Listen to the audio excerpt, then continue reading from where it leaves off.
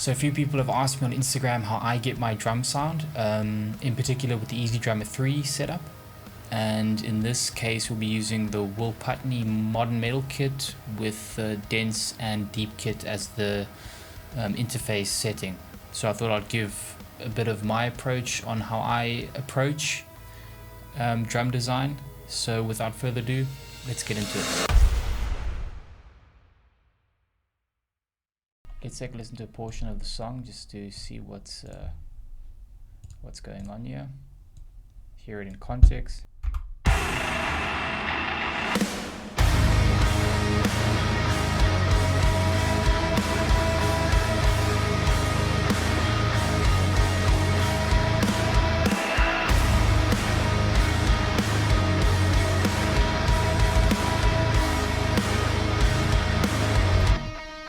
Yeah, it sounds pretty good. So let's get started. So this is the kit that I start off with. The Putney Modern Metal with the dense and deep setting over here. It has some processing on it, obviously with the master bus and all that stuff, but I'm just going to turn the limiter down a bit, just so it's not full blown.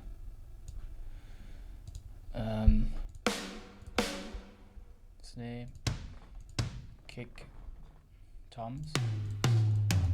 Some of these I might change out a bit later, and then in the mixer, so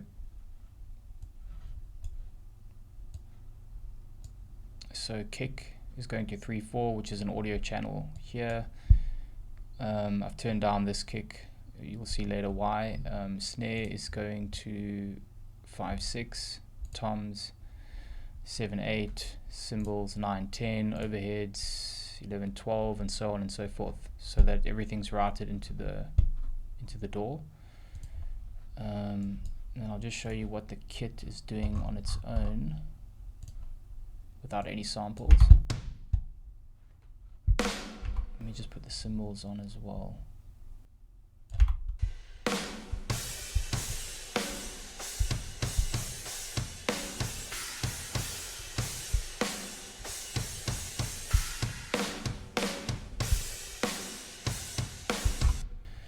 So you can see that sounds pretty hollow, and it has a nice sort of roomy effect to it, and that's kind of what I'm going for. Like I always try to find a starting point that has like a lot of stick attack, but that also sounds very roomy and just has a nice pleasant tone. Obviously this has some processing on it, but I always try to find a pack that just sounds good from the beginning and then kind of design around it.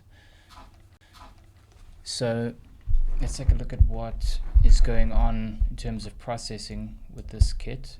So for the kick, which is very quiet in this one,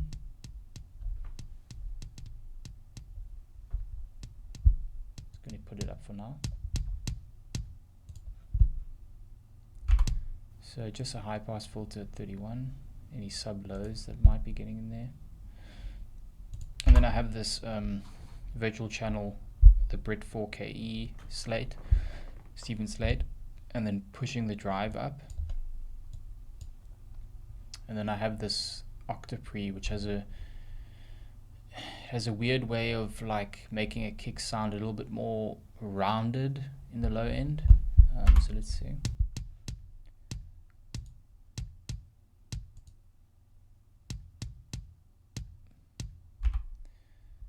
So I have the ratio set up at 4, speed is at 5, output gain a little bit down because it brings up the volume, and then I've got it on the warm setting on full mix, and that's pretty much it. Let's see on the kick bus if there's anything going on. Kick some, no. So before I do any of this processing on the individual channels, usually what ends up happening is I'll first select the drum bus compressor, and usually I'm going with something like this with the JST BG drums, which is very nice. I have it on the tight setting, 50%, and then like 38% compression. Okay, so after the drum bus compression, the stuff that's happening, for example, on the drum bus as well, is a few other things, but that happens more in context with the mix. So like over here, this will happen if I feel like the kit is not bright enough, then I'll boost on this sort of API EQ 7000 Hertz, and I usually do that, but it depends. And then a bit of multi-band as well. So we'll just see how much compression is going on the drum bus. Not much. Push it a bit more.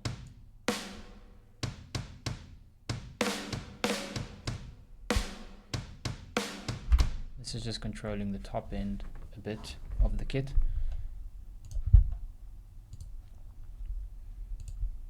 And then there's a limiter just to catch anything that's poking out. But you want to be careful when you do this that it's not pushing down too much. Yeah, you see it's not even reacting. And then that feeds into the instrumental bus, which basically has the FG gray.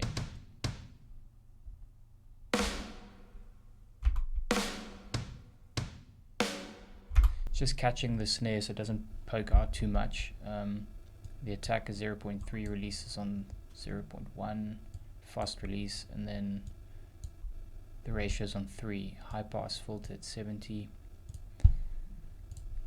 And then this also happens in context. This basically is all the instrumentals get affected by this, where there's a boost at 10k for dBs. So this basically happens in context of the mix when things sound a bit like dull, or like there's a blanket over it. And then a boost at 60 Hertz, 0.53 dBs, very small stuff. And this is like, this basically attenuates this like tube setting here. And this particular EQ, this Poitex style EQ, has a way of giving the 10k boost like a very smooth sound, and then this function just attenuates 10k as far as I understand it. I could be wrong, but I think this is what it's doing. I kind of just turn knobs and see what sounds good, and then if it sounds good, just roll with it. And then this is also in context, cutting small cuts like 1 dB, 0.65 of like this harsh stuff that's coming up. It's too much there. Like you kind of want this area and this area to be balanced out. So over here and over here, so that you don't want like the 8K to be sitting like above the low fundamental, because then there's too much. At least that's the way I see it. Let's kind of go back to the drums and see. We'll kind of bring in all the elements together. But first, let me just show you what's happening on the rest of the kit here. So I haven't shown that. So on the snare, it's just at 159. The snare's also been brought down a bit because I only used it for flavor. Nothing. Boost at 200 Hertz for dBs, and then a bit of drive on the virtual channel, Brit 4KE. That's just shaping the transient, smoothing it out, and giving it a bit of weight to it. Toms. Just find a tom full somewhere here. Okay. Oh, that's annoying. So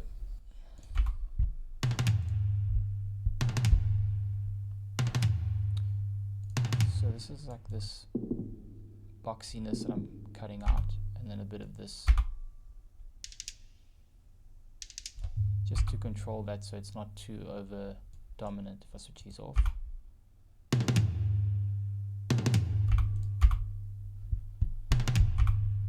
And then that low note that rings out, usually what I do is, which we'll do now, is I just put a gate on it.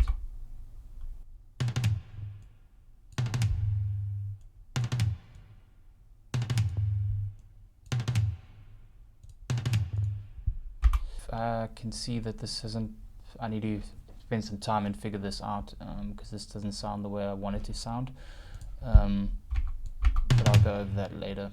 But essentially with toms is I'm cutting out that boxiness, and then JSC clip, just you turn it up and clip it, and then basically what the gate is supposed to be doing is it's, or when I get it to work correctly, is it's supposed to just cut it off so that it's not overbearing, that low note, so it doesn't ring out, so you just have the kind of impact of the toms.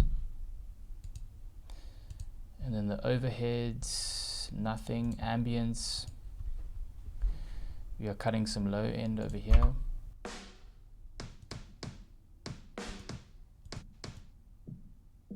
Just to get rid of some of that knock on the kick.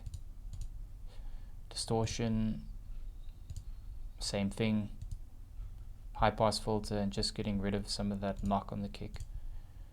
Then the punch. Also getting rid of some low mids and some of the high 5K frequencies.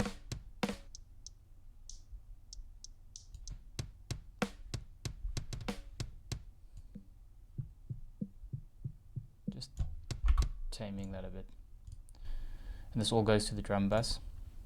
High pass filter on the plate verb, just get rid of any lows.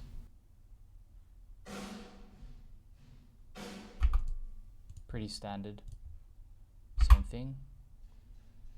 It's a little bit higher up.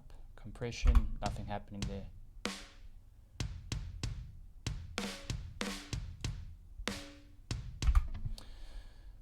So that's pretty much it on the basic kit. Sorry, and I went back and forth and kind of went from the channel processing to the drum bus and back, but that's pretty much what happens. So what I'm going to do is I'm going to play the kit and bring in the samples and see what that sounds like. So with the samples, I'm trying to create something that's still very impactful but sort of hollow sounding, so that the snare sounds hollowed out but still very punchy and not just like a dead weight on it. And yeah, the intention with the samples is to enhance that stick attack but still sound aggressive and sort of big and modern. It's not always easy to describe what I'm going for particularly. It depends on the song, and if I listen to the song and I want something a bit more laid back, then I'll mix it like that. But let's take a look.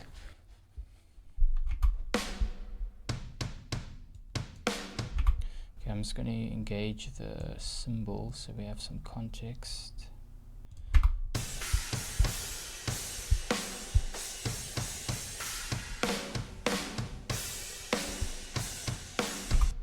Okay, so the first snare that we're bringing in is this,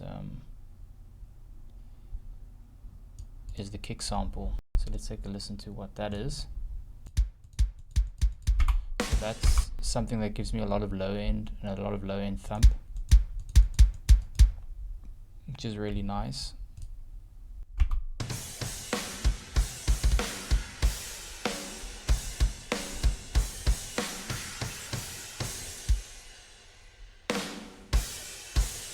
So you see how it fills in the kick drum and the low end of the kit. It like fills in sort of the lower mids and the fundamentals.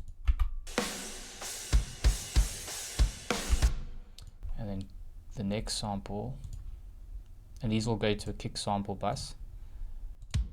The jumper kick from Andrew Wade, I think it is. So also sort of low mids and a lot of attack on it.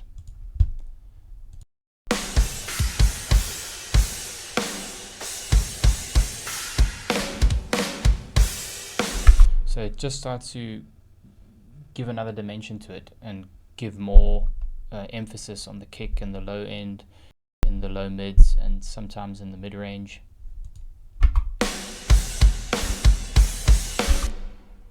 So this one we have also very low, and here I'm just kind of shaping this one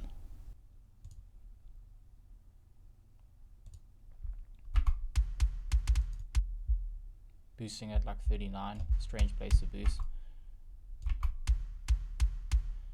But I'm just trying to get more of that sort of sub-low feeling of it, and then cutting out here.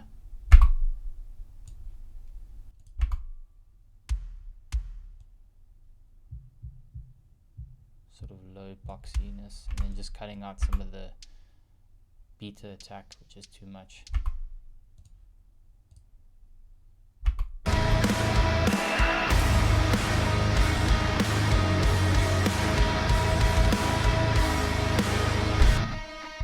Let's take a look at the snare samples and see what's happening there. So I'm just going to turn them. Okay, so there's a lot of snare samples. It's a ton of them. So these are exported as WAV files, and the rest are off trigger and MIDI. But I'll kind of just bring them in. So actually, let me just play this one by one. Okay, these are switched off, but snare.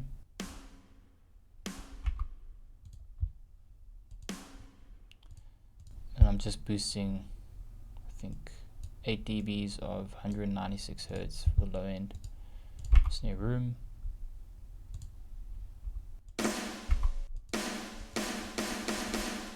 Just a room trigger. And that's pretty much it for that. So I'm just going to solo this again.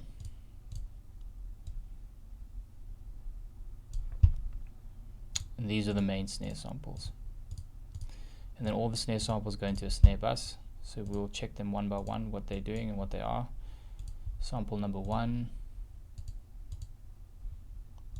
Oop, got it soloed. Something I created.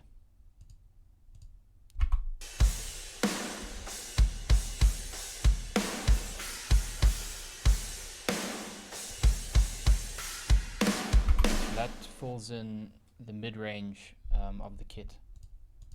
And then I have the phase flip, because you can hear if it goes out of phase, or the clarity.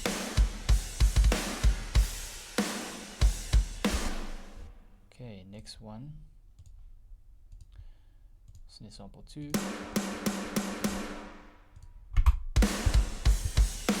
It just adds more body and a shit ton of room, which is nice for this kind of breakdown. And then we have, this is the drum forge snare. And then I just flip the phase, and then on this one, getting rid of this low mid notes that are ringing out. So let me just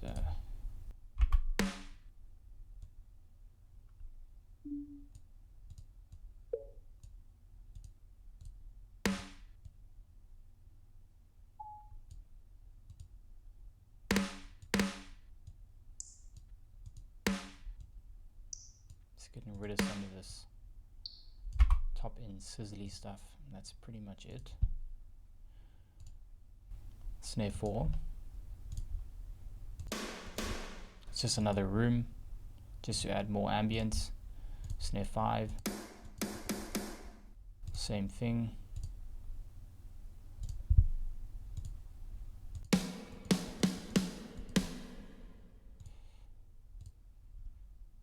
So I'll bring them in context just so you can hear what it's doing.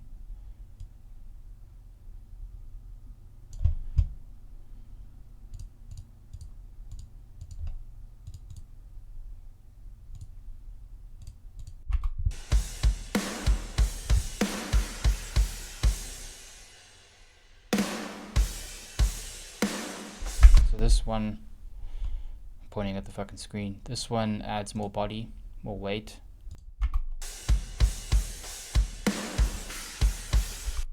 Just building on it to kind of get to what I want it to sound like.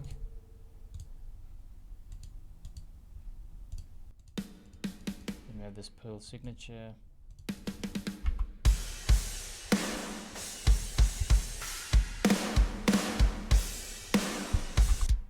So all of them are just adding up and building up and creating something that sounds, you know, big and aggressive. So let's bring in this one, see what we got.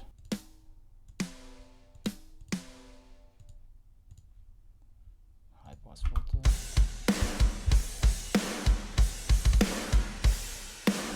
So this one here, as you can hear, adds more smack, which it was missing. It's the Brian Hood snare. And this is just like a big reverb snare.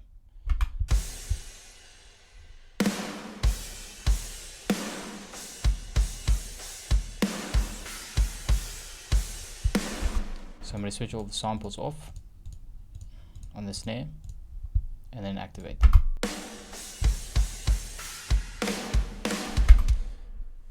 So it's important to note the main kit is just like the tone of the drums. It's the initial tone, or the fundamental tone, the kind of like the foundation, and then the samples bring in like the heavy lifting, like the body and the weight of everything. That's essentially how I'm doing it, or what I'm trying to achieve, attempting to achieve. So you can hear the tone of the kit. I'll take off the kicks.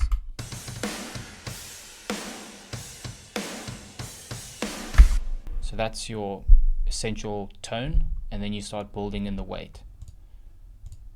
So we'll do that.